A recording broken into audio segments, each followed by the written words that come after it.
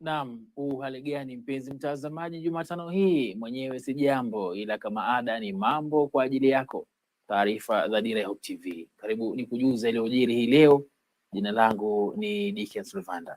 Na mtazamaji, tuanzie mahakamani ambapo mahakama Nairobi imewahukumu wafanyakazi wawili wa jamii kwa kulangua malaika watatu miaka mitatu iliyopita katika hospitali ya Mama Lucy Kibaki kaunti ya Nairobi, Selina Adundo na Fredle Paran, yamkini kwa kujua licha ya kuachiwa watoto hao ili kuangalia hospitalini waliowatelekeza. Hivyo basi wana hatia kama jinsi upande wa mashtaka ulivyodai kutokana na ushahidi uliowasilishwa kotini. Wanasemekana kufanya kosa hilo la kujaribu kuiba na kuuza watoto hao kwa shilingi 300,000 kila mmoja ya kati ya Machi mosi 2020 na Novemba 16 mwaka huo 2020 katika hospitali hiyo ya Mama Lucy katika kaunti ya Nairobi. In his evidence, he tries to deny all this and brings a different synopsis, which the court finds lacks merit or does not add up. And therefore, the first accused person, it is to the finding of this court, knowing his position, he transferred or he was involved in child trafficking by transferring 3 minors to unknown people for economic gain, regardless of their vulnerability. The 2 accused persons, knowing that they had a duty of care of these 3 children, they neglected their duty, exposed these children to abuse jointly, and they failed to protect them. And therefore, Selina and Makala Fred are guilty of the offense of child neglect as charged. In conclusion, I find that the prosecution has established a case beyond reasonable doubt against the first accused and is hereby convicted of conspiracy to commit a felony, namely trafficking in person of 3 subjects and child neglect of 3 persons or 3 children. The third accused person is only convicted of 3 offenses of child neglect and acquitted on conspiracy and child trafficking. Na katika ulingo wa siasa ni kwamba baraza kuu la chama cha ODM limewaadhibu baadhi ya wanachama wake kwa shutuma za kukiuka sheria za chama hicho. kulingana na mwenyekiti wa ODM John Mbadi. Hatua hiyo imeafikiwa baada ya mkutano wa kamati kuu ya kitaifa ya chama hicho uliofanyika Nairobi Jumatano hii. Waliotimuliwa chamani wanajumuisha wabunge ambao ni Elisha Odhiambo wa GEM, Gideon Ochonda wa Bondo, Felix Odiwuor ama kupenda Jalang'o wa Lang'ata na Karoli Omondi wa Suba Kusini, na seneta Tom Ujenda ambaye ni seneta wa Kisumu, na wabunge Paul Abor wa Rongo na Mark Nyamita Oriri wametakiwa walipe chama hicho jumla ya shilingi milioni 1 kila mmoja kabla ya siku 30 kwa utovu wa nidhamu. Na mwakilishi wadi wa Nairobi Esther Passaris akitozwa jumla ya shilingi 250 kwa kukiuka maadili ya chama baada ya kuunga mkono mswada wa fedha wa 2023 ambao ni sheria kwa sasa. Haya yanajiri takriban mwezi mmoja tangu wabunge hawa waasi kufika mbele ya kamati ya nidhamu ya ODM kujitetea. Basi Gloria Musimbi anatuelezea zaidi. Really? Chama cha ODM hii leo kimewatimua wabunge 4 wa chama hicho na seneta mmoja kwa tuhuma za kwenda kinyume na kanuni za chama. Really? Do you have questions on this? 4 hao ni pamoja na Elisha Odhiambo wa GEM, Gideon Ochanda wa Bondo, Felix Odiwuor Jalang'o wa Lang'ata, Karoli Omondi wa Suba Kusini na seneta wa Kisumu Tom Ujenda. Yes. Haya yanajiri baada ya hao kukutana na Rais William Ruto katika ikulu ya Nairobi Februari mwaka huu na kusema kuwa watafanya kazi na serikali ya Kenya Kwanza. Honorable Elisha Odhiambo Ochieng, GEM. 2, Honorable Karoli Omondi, Suba South. 3, Honorable Gideon Ochanda of Bondo. 4, Honorable Tom Ujenda, Senator for Kisumu County. And 5, the Honorable Felix Odiwuor Kothe, MP for Lang'ata, be deemed to have resigned from the party, that is ODM, and the party is hereby directed to commence the process of removing them from the register of the party. Chama hicho vilevile kimemtoza faini mwakilishi wa wanawake wa Nairobi Esther Passaris kwa kwenda kinyume na msimamo wa chama na kupigia kura mswada wa fedha wa mwaka 2023 ambao sasa ni sheria. Passaris atalazimika kulipa shilingi 250 kama faini kwa kukaidi chama kando na kuomba msamaha kwa maandishi ndani ya siku 7. Honorable Esther Passaris, the woman MP for Nairobi County, be reprimanded for her outright defiance of the party position on the Punitive Finance Bill 2023, and that she should issue a written apology to the party within 7 days. On top of this, Honorable Passaris is fined a sum of Kenya shillings 250,000, which should be paid within 60 days. Kamati hiyo pia imependekeza kufutiliwa kwa uteuzi wa wakilishi wadi 4 wa Kisumu chini ya chama hicho kufuatia shutuma za utovu wa nidhamu. That the report of the disciplinary committee, which has been looking into conduct of some members of the party elected and nominated on the party ticket, be adopted but with amendments. The National Executive Committee recommended the revocation of nomination of 4 members of the County Assembly of Kisumu for gross misconduct. And the 4 members are as follows: 1, Honorable Caroline Opar. 2, Honorable Kennedy Ajuang. 3, Peter Obaso. And 4, Regina Kizito. Hata hivyo ni afueni kwa mbunge wa Rongo Paul Abor na mwenzake wa Uriri Mark Nyamita ambao wameponea kutimuliwa kutoka kwa chama. Wawili hao wametozwa faini ya shilingi milioni 1 kila mmoja kulipwa ndani ya siku 60. Nikiripotia Dira ya Hope TV, jina langu ni Gloria Musimbi. Na mtazamaji, katibu mkuu wa chama tawala cha UDA Cleophas Malala amekikosoa chama cha ODM baada ya kuwaadhibu wabunge wanaokisiwa kuwa waasi wa chama. ODM kimewaadhibu kwa kuwatimua chamani wabunge Elisha Odhiambo wa GEM, Gideon Ochanda wa Bondo, Felix Odiwuor wa Lang'ata na Karoli Omondi wa Suba Kusini, pamoja na seneta Tom Ujenda wa Kisumu, na wabunge Paul Abor wa Rongo na Mark Nyamita Oriri wakitakiwa kulipa chama hicho jumla ya shilingi milioni 1 kila moja kabla ya siku 60 kwa utovu wa nidhamu.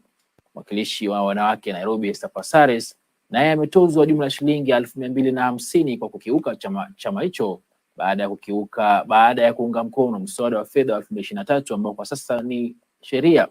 Kulingana na Malala, chama cha ODM kinachoongozwa na Raila Odinga kimekosa demokrasia, kwani kosa kubwa la wabunge hao ilikuwa ni kujihusisha na serikali ya Rais William Ruto.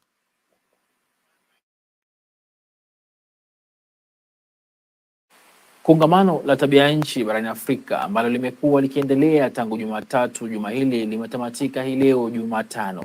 Mustakabali wa Nairobi almaarufu The Nairobi Declaration kuhusu mabadiliko ya hali ya hewa umewekwa saini na kuzinduliwa na viongozi mbalimbali wa Afrika ambao wamekubaliana kuwa mstari wa mbele katika kutafuta suluhu endelevu kwa mzozo wa hali ya hewa. Katika taarifa iliyosomwa na Rais William Ruto, Umoja wa Afrika umetoa wito kwa jumuiya ya kimataifa kuchukua hatua za dharura katika kupunguza mabadiliko ya hali ya hewa na vilevile kukumbuka ahadi yao na kutoa dola bilioni 100 katika fedha za kila mwaka za hali ya hewa. Umoja wa Afrika aidha umejitolea kuendeleza na kutekeleza sera, kanuni na motisha zinazolenga kuvutia uwekezaji wa ndani, kikanda na kimataifa katika ukuaji wa kijani na uchumi jumuishi. Viongozi hawa wa Afrika pia wametaka kuwepo kwa uwanja wa haki kwa nchi za Afrika kupata uwekezaji unaohitajika ili kufungua fursa na kutafsiri kuwa fursa.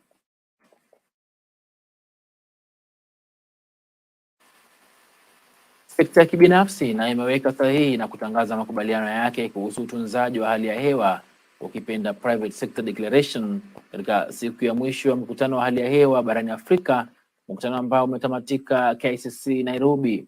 Makubaliano hayo yaliwasilishwa kwa wajumbe na meneja mkurugenzi wa benki ya Equity Daktari James Mwangi, ambaye anatarajiwa kutoa suluhu kwa ufadhili wa hali ya hewa, uwekezaji wa mazingira, uondoaji wa hewa ya kaboni, chakula na kilimo na kadhalika. We feel as the private sector, we have a role and a responsibility to work together with our governments to deliver on the commitments that the governments have made to the African people.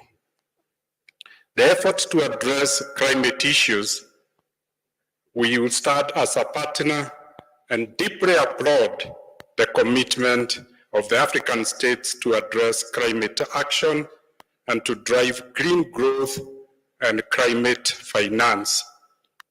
We declare our support to the African Declaration and pledge our commitment in very specific areas, namely on climate finance. We commit to establish mechanisms that scale up green investments from the private sector. On green investment, we commit to adopt green and circular business models, designing products that are environmentally friendly and ensure integration of sustainability throughout the value chains. On decarbonization, we commit to actively seek opportunities for nature-based solutions in decarbonization plans and our commitment to net zero, carbon markets, and just transition. On green transition minerals, we commit to invest in green mineral projects and their value chains to provide fair working conditions, ensure equitable wages, and safeguard the health and safety of employees and any informal sector participants. On food and agriculture, we commit to create critical infrastructure such as refrigeration facilities, warehouses to reduce post-production waste and support market and trade opportunities. Na mtazamaji, matayarisho tamasha la utamaduni wa Lamu, ukipenda Lamu Cultural Festival, yanaendelea kushika kasi. Waandalizi wakitarajia kuwa litakuwa la aina yake mwaka huu. Kulingana na gavana wa Lamu Issa Timami, hafla hiyo itaendeshwa kuanzia Novemba 30 mpaka Desemba 2 mwaka huu, ambapo sasa itajumuisha soka ya ufukweni, ukipenda beach football, na michezo zaidi. Timami alizungumza na wanahabari mjini Malindi, kaunti ya Kilifi, akiwa pamoja na viongozi wengine wa serikali ya Lamu. Lamu Cultural Festival is slated for the 30th of November, 1st and 2nd December 2023. And since I got re-elected, we held our first culture last year, and I believe it was very successful. We are hoping this year it will even be better than last year. In fact, we are looking at additional activities, and one of the main activities we want to include is beach football, because the Lamu youths, about 2-3 of them, are in the Kenya team for beach football. We also intend again to have a very peculiar triathlon, which includes swimming, running, and donkey riding. So these are the particular features that we intend to showcase. But of course, there will be much more. The splendor of the culture, the Lamu cuisine, and all in all, the atmosphere, which is very peculiar to Lamu. Lamu Island of Festivals imetusaidia sana kuboresha utalii na kuifanya Lamu kuwa maarufu katika ramani za ulimwengu, na vile vile tumepata moyo zaidi sasa kwa kuwa tuko na waziri wetu wa utalii Bi Aisha Miraji, ambaye na yeye pia anatutia moyo zaidi ili kukuza biashara zote zinazoungamana na biashara za utalii. Lamu Cultural Festival mara hii tutajaribu kuifanua na kuifanya kubwa. Maanake tunaona mstahiki Governor Issa Timami kila anapokwenda anaialika Lamu Cultural Festival. Na tumepata wageni wakubwa kwa watakuja kama ambassador, dignitaries from the government. Kwa hivyo na mimi natoa wito huu kualika wenzangu wa Kenya na ambao wako mbali waje tumaike pamoja na kusherehekea the Lamu Cultural Festival.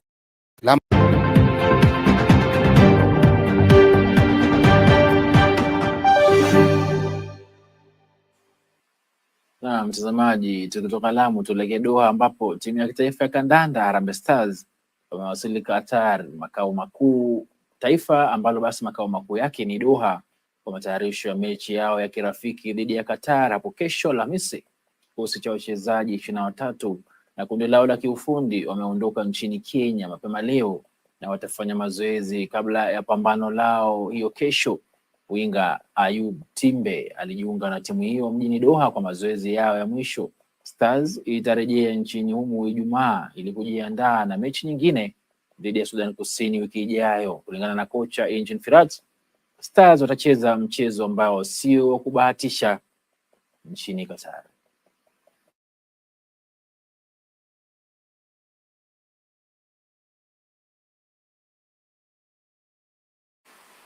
Na mtazamaji, toka Qatar tutamatisha taarifa za leo ya hapo. Sina la ziada, niomba tu kwamba tukutane kesho ambapo tuweza kuambizana na kupimana uzani kwenye makala Mizani ndani ya Dira TV. Baada ya kuonana tena, kama ada, naitwa Dickens Luvanda.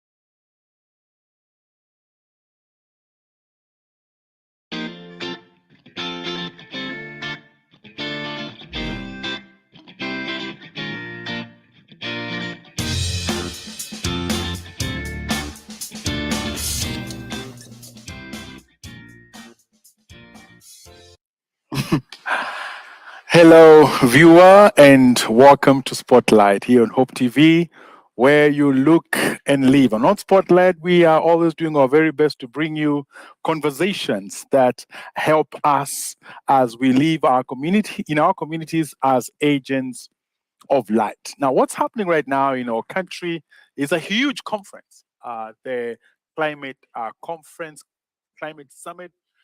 The world is gathered here in Kenya, in Nairobi specific, to talk about matters climate, matters environment.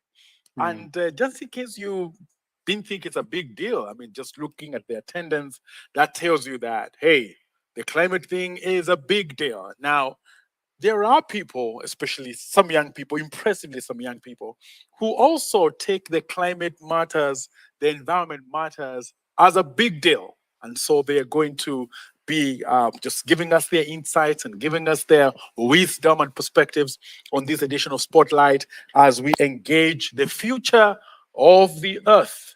So we are glad to be joined by Young Theologians Initiative for Climate Action, YTICA. And this is hosted in St. Paul's University. And we have with us young theologians who have a passion for climate, passion for the environment. And that's Evelyn Wamwenja and also Kevin Miner. You're welcome to Spotlight. Thank you. It's a pleasure being here. Viewer, as always, you're part of this conversation. Do just engage us. Let us know what you feel about the content of this program today. Tell us your view also about climate and the environment. We'll be glad to have you also as part of this conversation. So, Kevin and Evelyn, welcome. Thank you so much, Rev. You're welcome. We are glad to be here. Welcome to Spotlight. Thank you. Welcome to Hope TV. Yes. Your passion for the climate has brought you here. Sure. And Yeah. interestingly, you're theologians, right? Yes. Let's start with you, Kevin. Yes. I think it's just good for us to, Mhm. sometimes we know Wangari Maathai as one who was passionate for the environment. The face. And she remains, of course, Yes. an icon as far as that is concerned. Yes. It's good to see young theologians, young people who have a passion for the environment. Because everyone seems to wonder who will succeed. Wangari Maathai. Sure. Not really succeed. It's she lived her own. She was on her own track. Sure. But in your own track, Kevin, you have a passion for the environment. Yeah, I do. Just tell us about the genesis of this passion. Where it all started. So for me, this is a childhood passion that goes all the way back to the era of 2006, 2007. It sounds not long ago for you. So as a child, I used to have a small nursery near my home where we lived in Juja. Tree nursery? Yeah, Okay. small tree nursery. Just and I used to hide it from people not to see it. So I used to value it and cherish it so much. And so that is where my passion for environment grew. I used to follow Wangari Maathai as young as I was. I used to follow her, the stories she's doing, the fights used to inspire me. I knew in me, I was a leader. Feel the leadership in me. And so seeing her doing the right things was inspiring. And so the passion grew from there. I transited fast forward to the university as I was pursuing my theology studies. And my passion for environment was re-energized after engaging with climate experts at a conference at Westlands. And so from that moment, I knew this is what I'm called for. Apart from everything else I'm doing, these I love doing any day with my eyes closed. And so I'm doing it passionately. You're a even lover now. of the earth. Oh, so All much, right. so much. Evelyn, Yes. your history, your background of the love for the environment. Thank you so much, Reverend, for having us today. I would say my passion has been growing. It is not like Kevin would say his passion started when he was a child. So mine has been something that is a seed hidden somewhere, not being acted on, not having any aspects or any efforts to make it grow. But then again, in high school, I actually would take care of the environment. I was actually appointed as a compound captain because I used to take care of everything. I didn't like people even stepping on the grass because I loved creation care. Then I come back to the university right now in St.